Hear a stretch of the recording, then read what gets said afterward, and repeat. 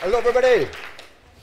So, exactly as he just introduced me, we're going to learn how to make games in Three.js.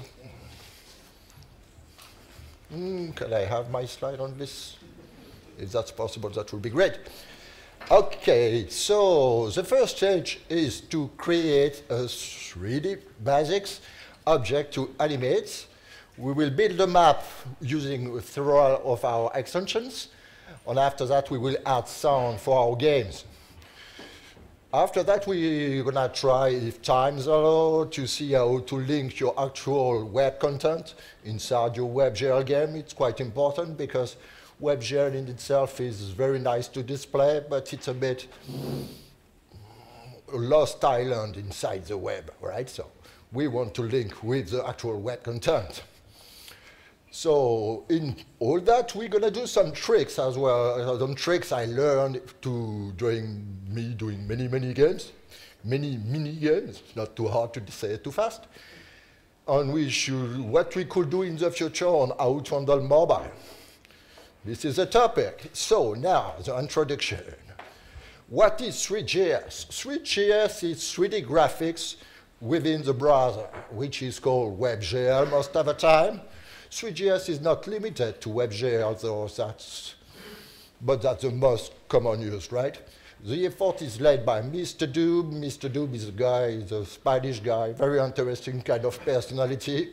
If you see him once, he's real nice. Go see him. The community is quite large. So probably the largest community when you do WebGL on the web. And that's a Three.js community. The library is 100K, which is absolutely negligible when you see that when you do 3D, you load model, you load stuff like that. A model is most of the time 1 megabyte, 2 megabyte. So 100K of JavaScript is not significant stuff. Let me link on the web page for you to see. So they offer of example. I don't know if I'm going to show them all. Let's say, for example, this one. That's an advertisement for tea. Nestle do tea, so let's move the mouse. It's like a weird garden under the sea. As you can see, all that is running pretty well. This one is running on iOS as well. iOS is new things on WebGL. It just started to support WebGL, so everybody doing WebGL is playing with iOS right now. So after that, you want to drink tea, I guess, right? Let's have tea together, and that's the proper country to do that. Okay. So it was the home page. There is a lot of things on that. Three.js is focusing on displaying 3D. You have the usual strand graph when you do 3D, that's a hierarchy between objects. You can import assets from various modelers, all the biggest modeler, Blender, Maya, 3ds Max. And you can do post-processing, you can do many things that you want to do in 3D. I'm not there to present them all. I'm going to show you a bit of what we can do with it, though. So, as I said, Three.js is able to render in WebGL. So this is basic WebGL. You got some sphere, some basic lights. You can do this, what we call very technically deferred rendering. So that's the same thing, except you can put a lot of lights. You got 50 lights there. That doesn't seem like much, but that's technically quite hard. Very hard, in fact. You can display in CSS3. So this is normal WebGL, but this is Three.js, and this is exactly the same API that you use for Three.js, except that this one is CSS3. So here there is absolutely no WebGL. All that is image that you can find on the web, or image tag, IMG tag. You got basic animation, super scientific.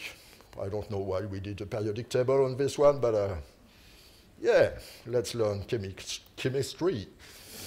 All right, so Canva, so that's a bit too old, but at a given point it was useful. So Canva 2D kind of API. You can as well render in Canva 2D. You know the Canva 2D API, usual stuff. Begin, stop, draw. All this API we can do with the same API of WebGL. You do that in Canva 2D. Software rendering is really purely geeky stuff. On this one, we don't even use any API. We draw directly at the draw image level. Well, that's super geeky and not too useful. This one is interesting. ASCII, come on. You can render in ASCII. There, we have a lot of time. I mean, that's super useless, but hyper geeky. We close the slide, silly me. Let me come back. Okay. And this one is a ray tracer. So just to prove the power of Three.js, we have a single API, and we can render in many output. This was its actual ray tracing. So ray tracing, that means that each of those pixels, you simulate a beam of light. And this beam of light is bouncing all over the scene and computing a nice picture. Exactly like Blender do, but Blender does that a lot faster, obviously. It's not in JavaScript, or it's not toy stuff. We are really geeky. Okay, but Three.js is only display, right? So that's already quite good, as we can see. But a game is more than that. So what do we miss to make a game? We miss a lot of extension. We want to handle physics, for example. Something like realistic physics is cool. You throw a board, she's bouncing around. People like that. There's collision between objects. That stuff is interesting too. There's the sound. We want the sound to happen. There is very nice API when it comes to the sound on the web right now. There's something called Web Audio API. This is super great. We will talk about it during the slides. You have to handle the user input. User input is basically the keyboard, the mouse, some funky new device like Oculus Rift, big glasses, or Leap Motion, or Kinect, this kind of stuff. We have to handle various effects, post-effect, all that. So as an effort to do the game stuff on top of Three.js, I created something called 3x Game Extension. Let me show you.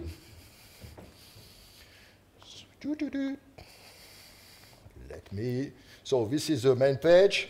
Each of this is an extension. So this guy, for example, let me show you the demo of this guy.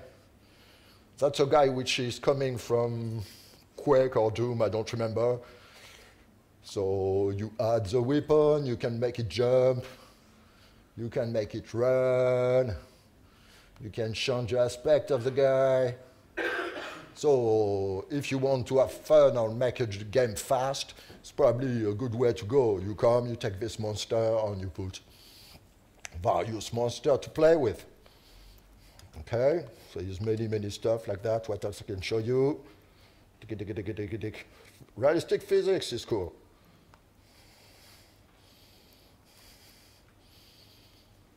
So a lot of ball. This is realistic physics. So there's 400 spheres like that. I don't know if you see, but those are actual Earths. And they are falling like that. The performance are not at all bad, right? They're 60 FPS on my computer. This is the kind of performance we want. Yeah. Or post effect. Let's take this one, it's funny. If it's loading, I don't believe there's sound.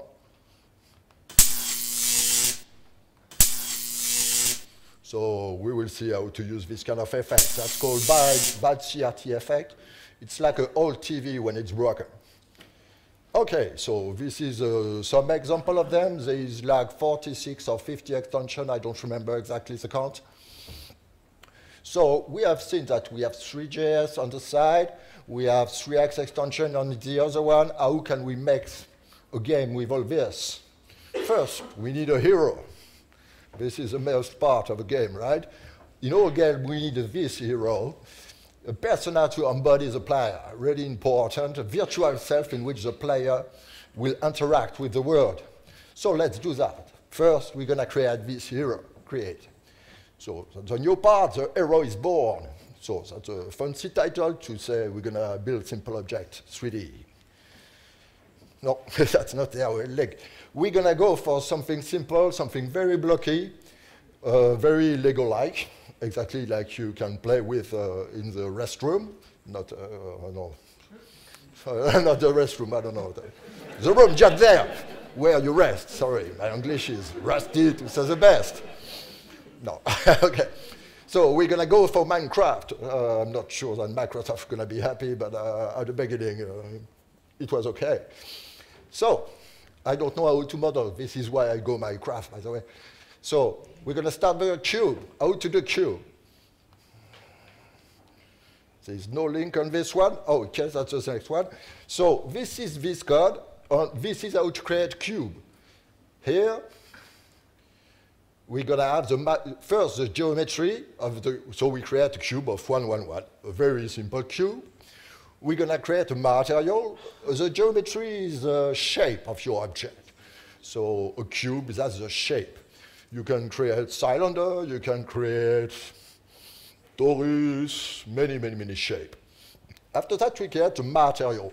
The material is something like that's how your object reflects the light. So that can be the color. That can be how shiny it is. It can be, is it transparent? Is it opaque? Is it many things like that? Once you have the geometry on the material, you unify them both and create an object. We call that mesh in our world. So you create the mesh and you add that to the scene. It's pretty simple stuff. So this is exactly what I just said. Let's see the demo. Wonderful cube. Another torus. Torus is the funky name for donuts. Torus nuts, that's a funky name for bretzel.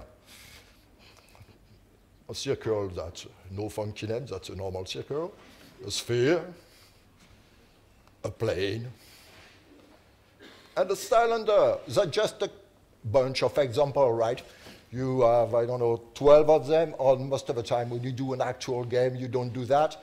You just import big monsters like we have seen before, which are a lot more funky, right? I want to play with monsters, not like a bunch of cylinders running around, seems weird.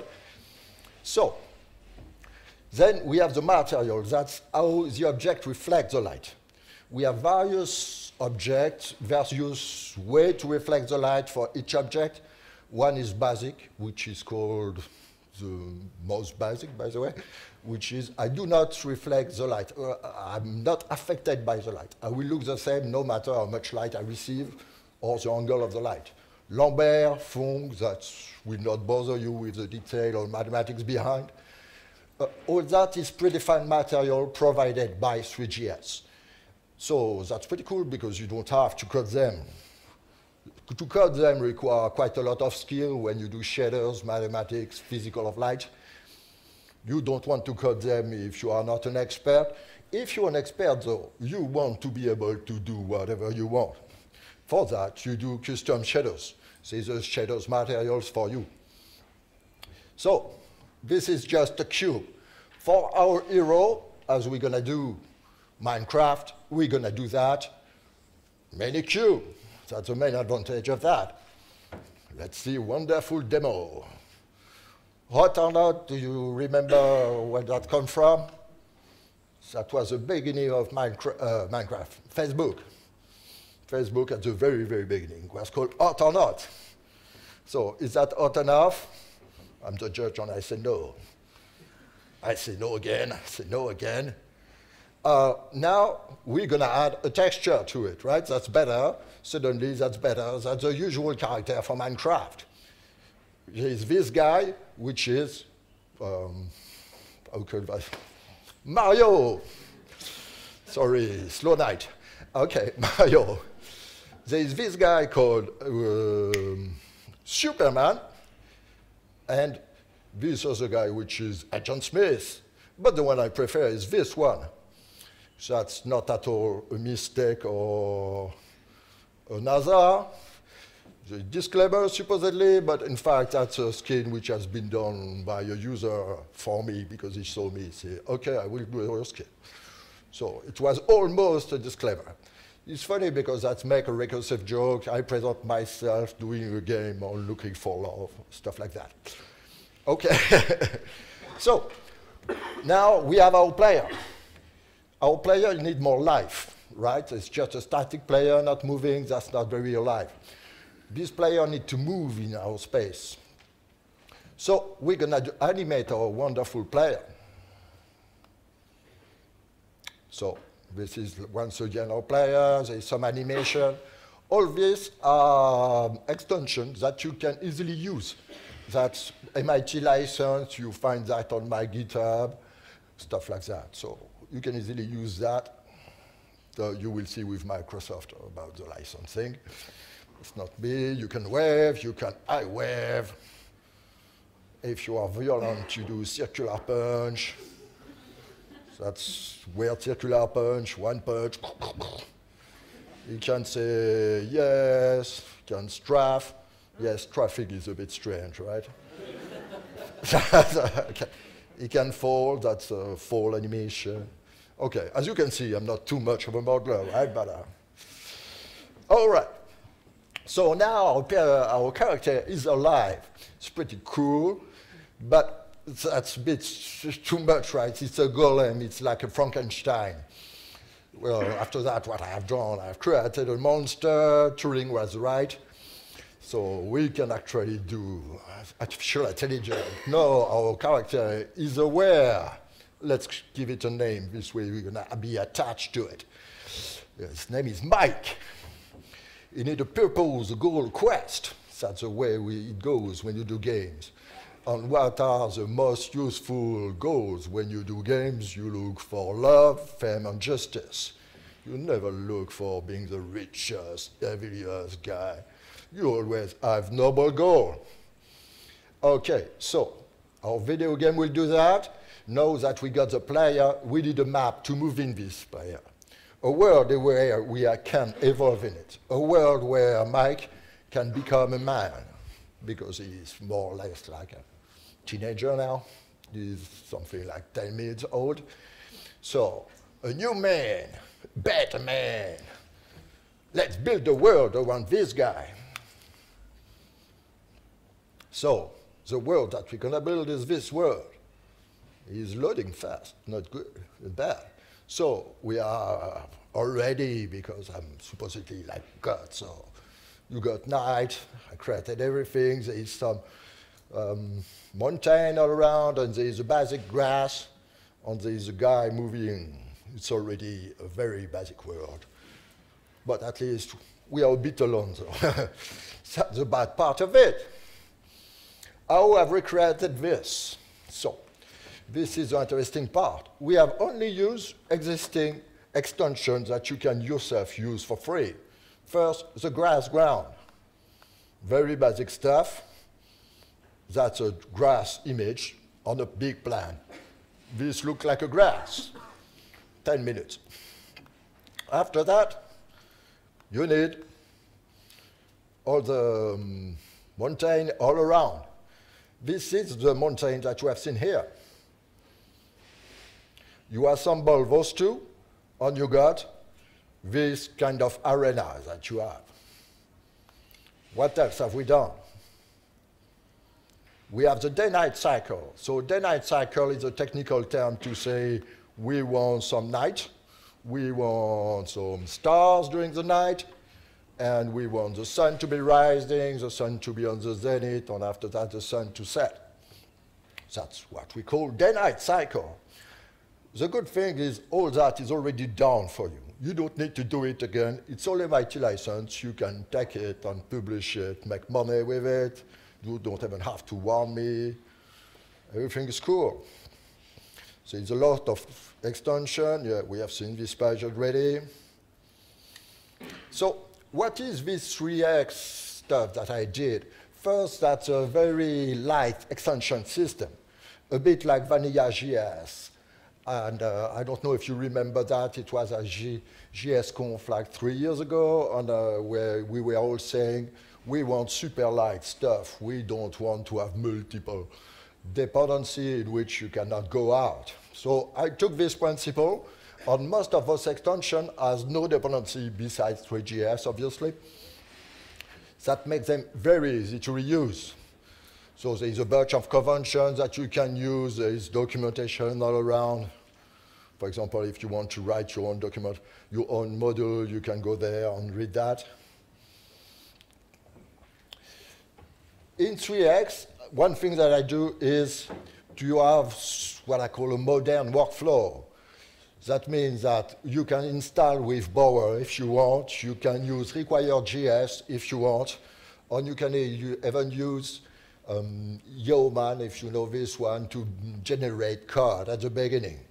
But all this workflow, which make your application much faster to write, in fact, it's not required. If you do not have any taste for Bower, require.js, or Yeoman, all the best for you. You don't have to use it. You just have to use my code normally, and that's cool. This is quite interesting not to depend on it. So you can install manually. You just take the file from the GitHub repository and copy the file. You have to handle the dependency yourself. So or you use Bower. You can use that. That's a package manager like NPM.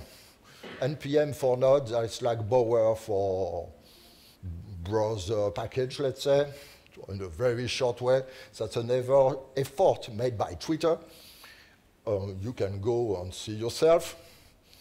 For example, if you want to install an extension called 3x Planet, Bower installs 3x Planet and it's downloaded automatically in your project. That's really simple to do. You can search this repository, you do Bower search 3x, and you're gonna have all my extensions. You can include manually, you just have to put the JS yourself, some basic configuration, a line or two, that's enough. You can use require.js.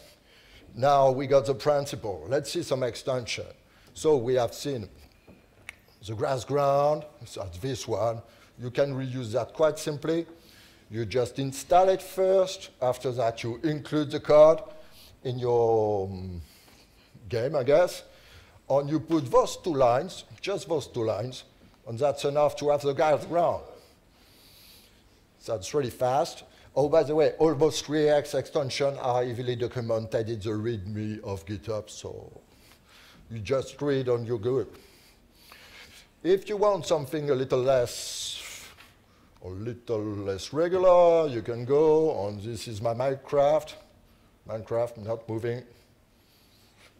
Me not pushing the good key, okay? So there is some, so the blue stuff is supposed to be the sea. And you move around. This terrain is generated randomly, procedurally. So if you want to use that, that's another extension. So that's the mountain arena that we have seen. Once again, you just include the script with a script as usual.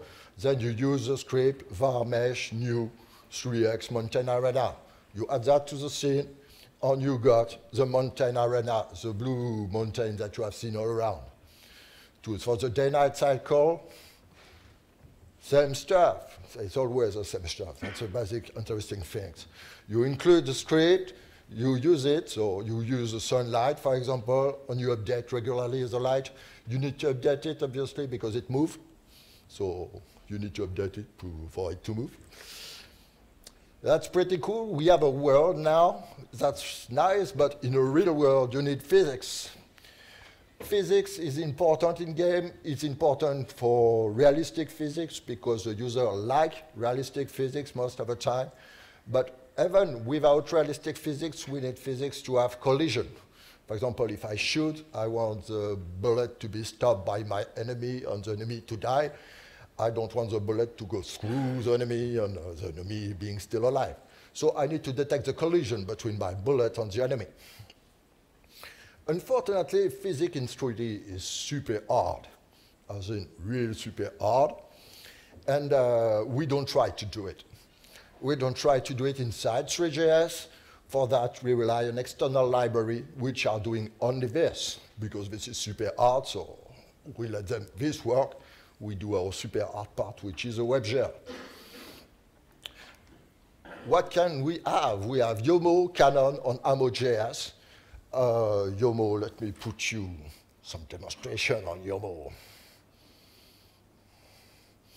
So you have basic stuff floating around. So that's actual physics. Some dice. Some pool. There's plenty of them, you see, and the performance are not suffering at all. It's pretty nice. This weird worm. I don't know what it was supposed to be. That's a weird worm. Okay, this one that seems strange, but the fact that the square doesn't move is proof enough that the library is nice. In reality, well, this one, a Greek stuff. So it was there for 2,000 years, but I'm going to destroy it today. Yeah! I'm the destroyer. Oh, it's falling down. Okay. So what else do we have? Little monkey, all this little stuff. On this one, if you turn real fast, it's going to fall.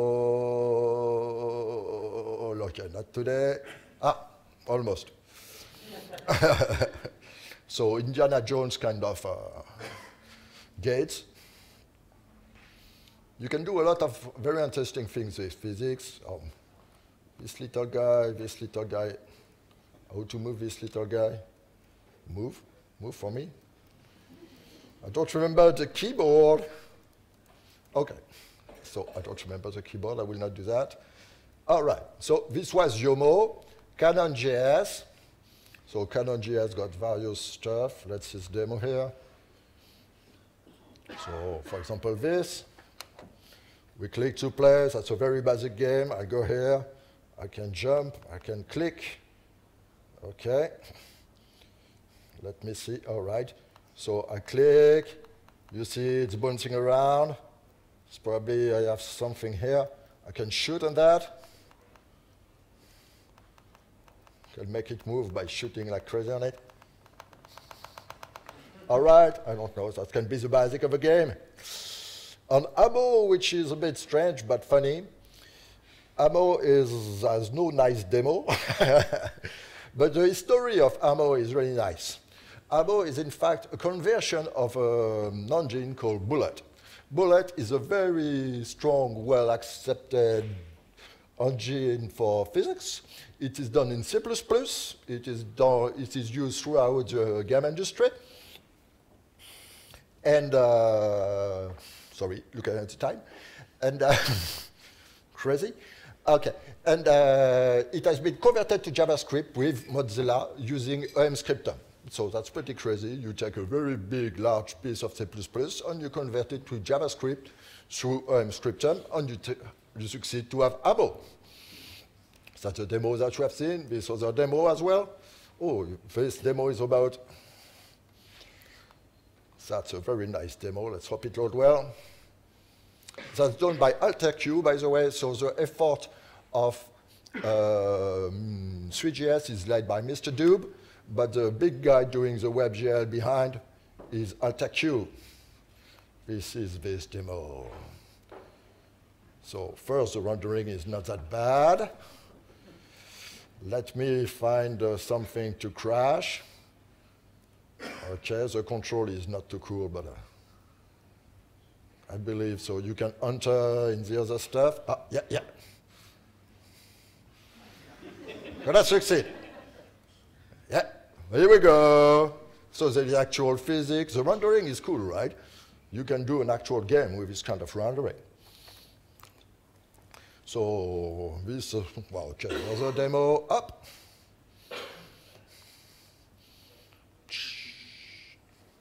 Very simple domino stuff. OK, so great that we have seen. All right, so now we have a world, we have some physics, we have a character moving around. So, but we have a teenager character. So teenager character, what character is doing with his teenager? He go party. Let's do party. Let's go party. And there's a story there. Look at the screen. Hello, my name is Mike. Hello, my name is Batman. Let me reload because the texture, you will understand why it's supposed to be Batman. There is a bug in the loading texture. Okay, it's sorry, the second one is written like Batman. Don't ask me, it's not. Okay, Batman is supposed to be Batman. So hello, Batman. How are things? Slow, I lost Robin. Okay, have you seen a woman around? I'm a teenager, so I go to party to a woman, right? No. I keep thinking about Robin. By the way, for women, I think you missed something.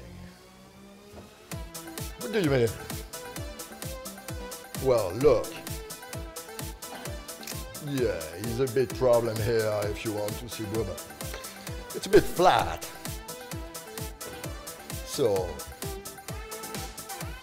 he's quite embarrassed about it.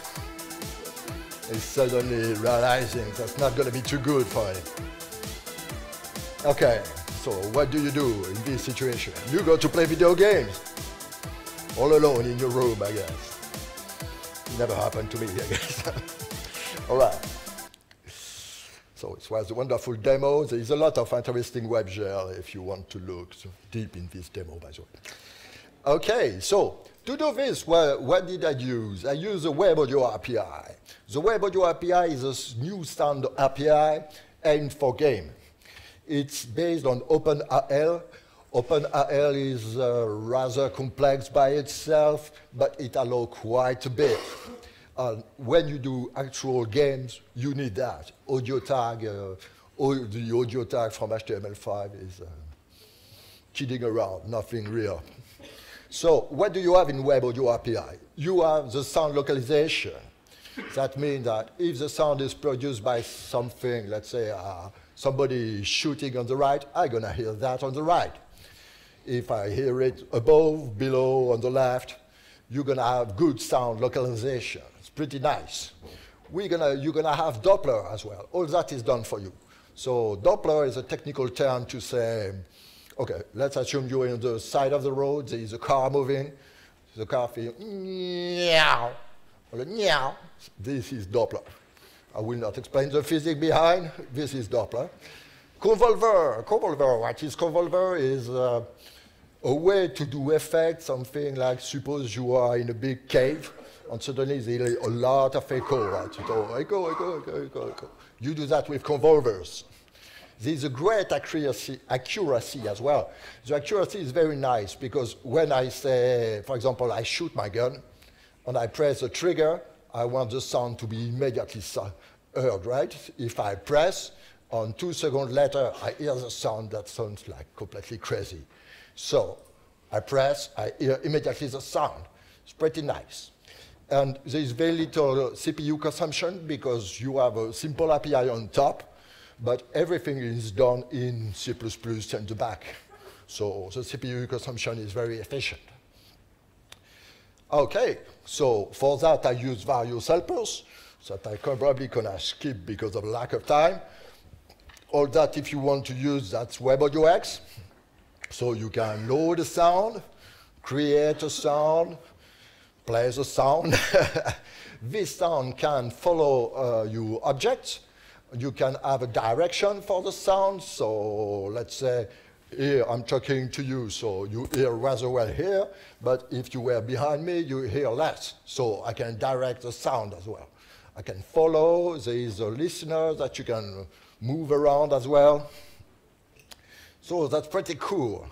Now that we have sound for the party, we have the party which went a bit flat. So we go at home and play video games. To play video games, how can we do that? Let me show you how I did a virtual game console. So the virtual game console is not this one. All right, my bad. I'm going to find that in 2 minutes. Etienne portfolio. Let me remove the sound. Here we go. This is the virtual console. We have our world. We have our small guy moving around. Here we have an actual web page. This is your actual web page. I can interact with this page, by the way. And click on it. The virtual console is here. First, this is another game here. So I have my world. My world is moving. This page I can play with. I can have the tutorial. And I can play around. It's probably going to play a moment given point. And we can hear the sound somewhere, maybe. And we have the game here. I can play the game. Okay, there's a lot of sound everywhere. It's way too. I can play the game inside the game, which is rather nice. Let me come back here. On this old TV. Whoop, okay, a lot of sound. Let me kill the sound. Okay. I'm too close to the screen. Okay, let me go through the screen. Oops. Yup. And this is my virtual console. You can play Stellar 7, that's a game that we see on the right. You can play PunkGL. So inside the WebGL directly. So here I'm the one to move that. I play alone, so I win often or lose often, depending on how you feel it. Okay. Marble table, let's say. On this one is too hard to work again. Marble table 2, let's see if it works. Yes. See, I move around. I'm the one controlling this little ball. And I say, boing. Okay, so this was my virtual game console. How to do such a console? In fact, that seems like gadgetic, but in reality, that's really useful. You take your actual web content, that means the content that you have on the web is absolutely huge, right? We are here for that. So this content, you can mix that directly in your web game. It's really important. You got the menu for the game. You got the way you see the web page through the WebGL. It's some super clever trick using CSS3, WebGL, all that. You don't want to know just here. Well, I got 8 minutes remaining. So, so actually this game, we're going to skip all that. Skip. Oh, I'm going to show you that. One way to interact as well is not this demo. It's this demo. Okay, so you have a little monkey. You see the received event on the right? This is exactly the same event that you have on the usual DOMs that you all know. I can click on it, I can double click if I go fast enough. I can do all that. For that, I did a small emulation. This way, you don't have to handle the mathematics behind this, which are not too easy. So you can easily interact with your 3D, click on anything, the way you usually do with your DOM. So it's pretty nice. So we include the web page. This is my wonderful game.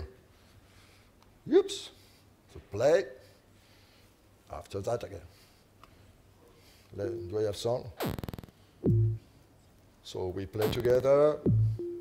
On the little Minecraft is a referee looking very closely to the ball. At given point, the stuff gonna go fast. I'm not gonna be able to follow. Okay, and I lose. Okay, so that's a game. All that is open source, so if you want to play with that, modify it for your own test, everything like that, you can do that. So after that, there is a lot of stuff like cat-mood-clack subdivision. Another interesting game, Marble Table. It was working.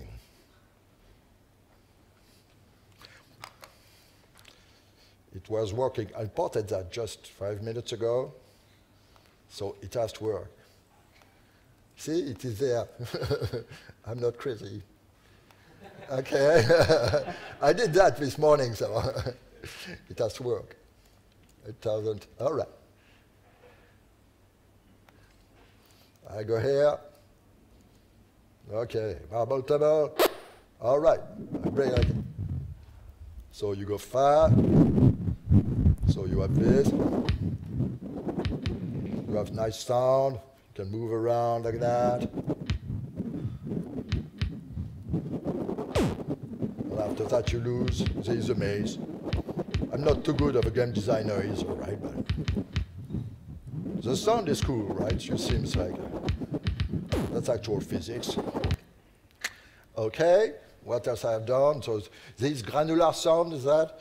Granular sound is sound which are dynamic, something like the sound of a car is granular. The more you press on the accelerator, the more the sound of the engine is different. There's some sky maps, some keyboard output. So the sky map is already there for you. The keyboard state is already there for you.